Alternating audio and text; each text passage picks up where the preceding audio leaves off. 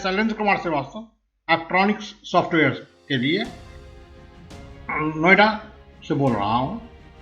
आज हम आप लोगों को जावा प्रोग्रामिंग के बारे में समझाएंगे कि जावा प्रोग्रामिंग कैसे करते हैं, प्रोग्रामिंग क्या कॉन्सेप्ट होता है, इन सब के बारे में हम बात करेंगे आपसे। चलिए शुरू करते हैं।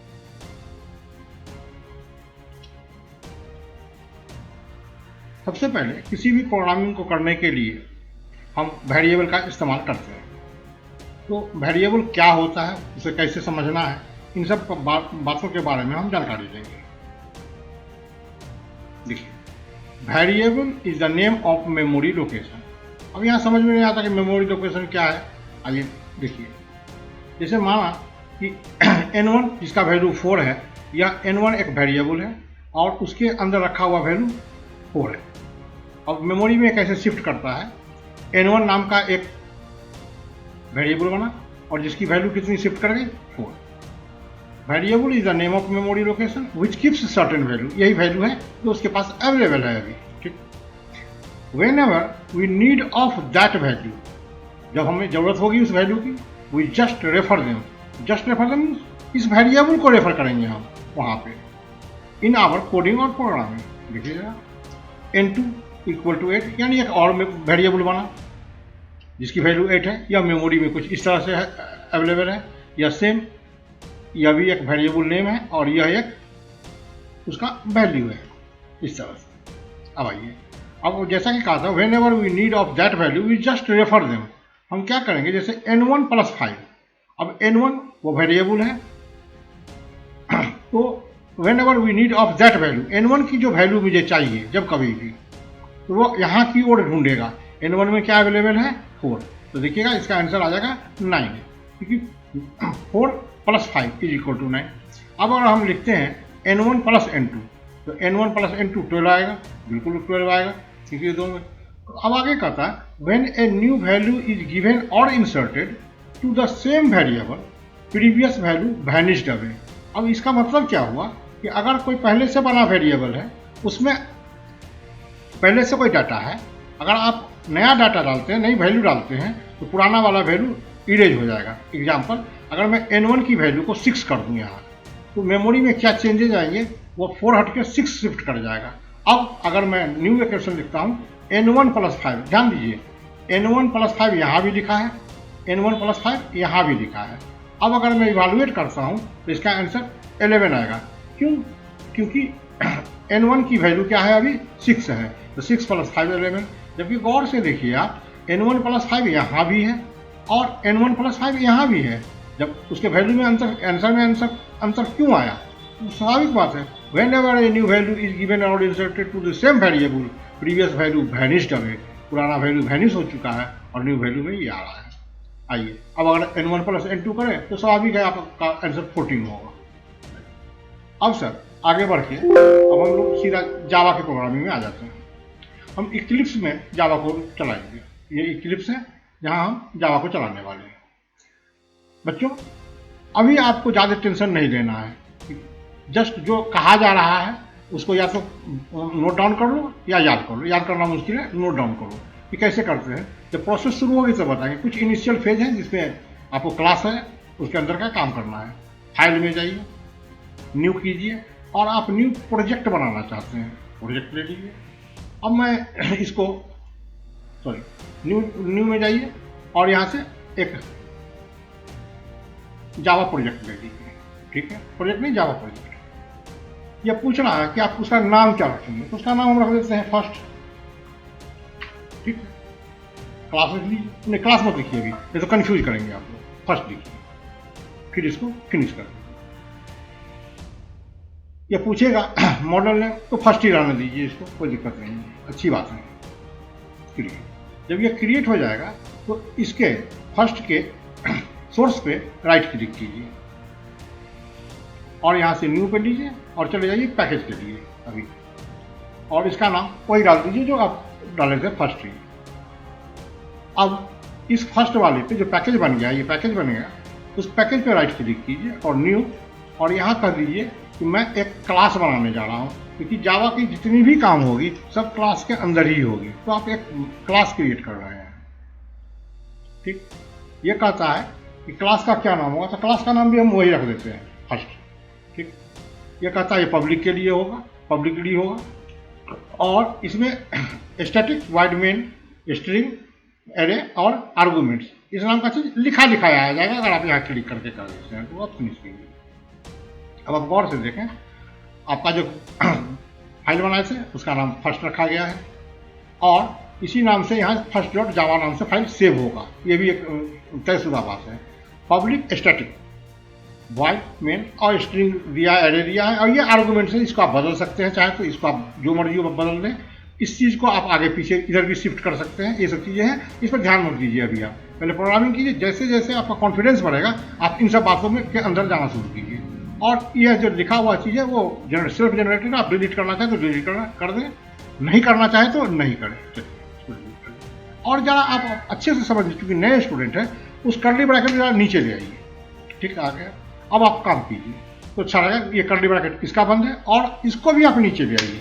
जो कर्ली ब्रैकेट आपको साफ दिखाई पड़ेगी किसके साथ क्या हो रहा है।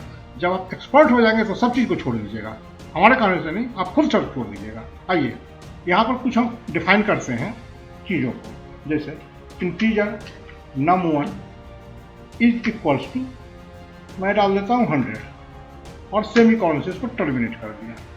जहाँ पर मैं इंटीजर लिखा हूँ या आई कैपिटल नहीं होगा, जानबूझ के मैं यहाँ पर कैपिटल डाल के दिखाया था। ये देखते हैं इसके नीचे रेड अंडरलाइन है, तो ये इंट नॉर्मल होगा।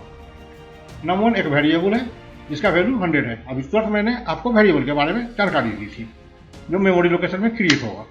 फिर दूसरा भी लेना है, integer num2 is equals to 200। जानबूझ के मैं ले रहा हूँ कि नंबर है राउंड फिगर में और आपको समझ में आ गया। अब आप यहाँ लिखते हैं इंट, राइट सर, और आपको सम वगैरह करनी है, तो या तो आप पूरा नाम लिख लो उसका, या इंट में फिर यहाँ कैपिटल दिया, देखा प्रॉब्लम आई, इंट लिखा और यहाँ लिखा मैं addition is equals to, addition ये नहीं लेना, addition is equal to num1 plus num2, यानी नंबर 1 और नंबर 2 को कहाँ ऐड करके कहाँ डाल दो, एडिशन वाले में डाल दो। अब एडिशन वाले में यहाँ जो लिखा हुआ है इसको ऐड लिखिए, ज़्यादा अच्छा रहेगा, ये सुविधा होगी और काम भी होगा। ऐड लिख दिया। अब आप उसको एक एक करके मैं प्रोग्राम कर रहा हूँ। अब मैं इसको प्रिंट करके दिखाऊंगा, तो लिखना होगा सिस्टम आउट करेगा प्रिंट एलन के नाम से, प्रिंट एलन, और क्या आउटपुट देगा, तो ये दे देगा ऐड को, ये डिस्प्ले करा दे मुझे, और इसके नीचे सेमीकोलन लगा दिए। धीरे धीरे मैं प्रोग्राम को बहुत अच्छा बनाने जा रहा हूँ, आप समझते रहिए धीरे धीरे। आइए रन करते हैं। रन करने के लिए आप यहाँ जाएं और फर्स्ट को रन करें। ये पूछ रहा है सब चीज़, इसका आंसर देते हुए सिर्फ ओके कर दीजिए, और जब ओके करूँगा तो यहाँ ध्यान दीजिएगा, ये 300 आया। ये 300 ये बताता है कि num1 की वैल्यू 100 है, num2 की वैल्यू 200 है, जबकि यहाँ पे ऑपरेटर प्लस लगा है तो इसका वैल्यू 300 आया। लेकिन अगर आप मैसेज देना चाहते हो कि मैसेज के साथ आए एडिशन ऑफ 2 नंबर्स, तो चाहे एडिशन सिर्फ लिखना चाहें तो यहाँ जाए, सबसे पहले डबल कोट्स, जो भी मैसेज लिखना है आपको, एडिशन इज, और यहाँ पे एक कोलन लगा, थोड़ा सा स्पेस दे दीजिए, डबल कोट्स बंद, और सेपरेटर को यहाँ कॉन्केटिनेट करना पड़ता है, जोड़ना पड़ता है, प्लस दबा दीजिए। अब आइए, अब इस प्रोग्राम को दोबारा रन कीजिए और यहाँ देखिए आंसर क्या सुटेबल आंसर आएगा। ये देखिए एडिशन इज 300। एक बात समझ में आई। अब इस प्रोग्राम को थोड़ा और बढ़ाते हैं। अब हम डिफरेंस पर देखना चाहते हैं। इंटीजर DIF डिफरेंस लिख लिया, DIF is equals to num2 minus num1, क्योंकि बड़े नंबर से छोटे नंबर को घटाएंगे तो अभी समझ में आसानी से आ जाएगी, जबकि आंसर दोनों में आ सकता है। अब इसको प्रिंट भी कराना होगा तो हम इसको कॉपी कर देते हैं, जिससे कि टाइम बचेगा। एक प्रोग्रामर होने के नाते आपको ये सब चीज़ें आनी चाहिए, बहुत अच्छे तरीके से आनी चाहिए। अब मैसेज थोड़ा बदल दीजिए, एडिशन की जगह क्या हो जाएगा, डिफरेंस हो जाएगा।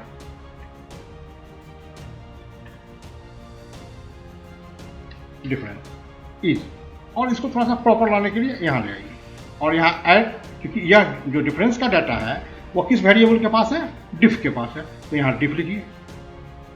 सर अगर मैं यहाँ पर ऐड लिखा हुआ छोड़ दूँ तो बेटा मैसेज अलग होगा और उसका कैलकुलेशन और प्रोसेसिंग अलग दिखाएगा। अब इसको रन कीजिएगा और फिर नीचे यहाँ वॉच कीजिएगा, यहाँ वॉच कीजिए। अब एडिशन इज आ गया 300, डिफरेंस इज स्वाभाविक है 200, नम 200 है, 200 में से एक हटाएंगे तो ये डिफरेंस हो जाएगा। अब चलिए एक और बनाते हैं, integer division is equals to num2 को डिवाइड करेंगे हम इससे, तो हम यहाँ पर कॉपी कर लेते हैं और यहाँ पर डिवीजन का साइन दे देते हैं, डिवीजन का साइन दे दिया। अब इसका आंसर भी आना चाहिए, तो इसका आउटपुट के लिए हम बताया है कॉपी कीजिए, नहीं तो टाइम पास करने वाली कोई बात नहीं होनी चाहिए। कंट्रोल V और डिफरेंस की जगह क्या लिखना चाहिए अब, division is DIVISION division is, और इस कोलन को प्रॉपर रखिए और यहाँ पर क्या डिव छोड़ना चाहिए या डिव लिखना चाहिए, तो डिव लिखना चाहिए, डिवीजन लिख दिया। अब इसको दोबारा रन कीजिए, देखिए 200 को डिवाइड करेंगे 100 से तो 2 आंसर आ गया। अब मल्टीप्लिकेशन की बात करते हैं।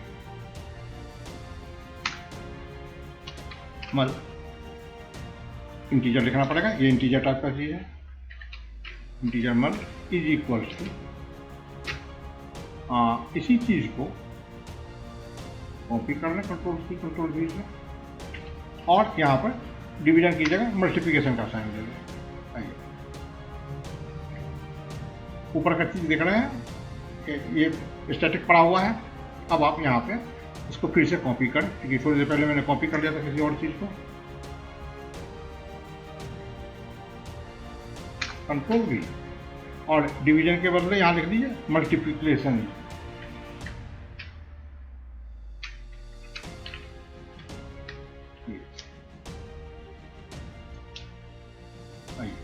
सबको भी बढ़ा दीजिए थोड़ा, सब एक जगह दिखाई पड़े आपको, ठीक। और यहाँ क्या लिखना होगा, इस वेरिएबल को लिखना होगा जो मल के नाम से। यह प्रोग्राम तैयार है, अब इसको रन कीजिए।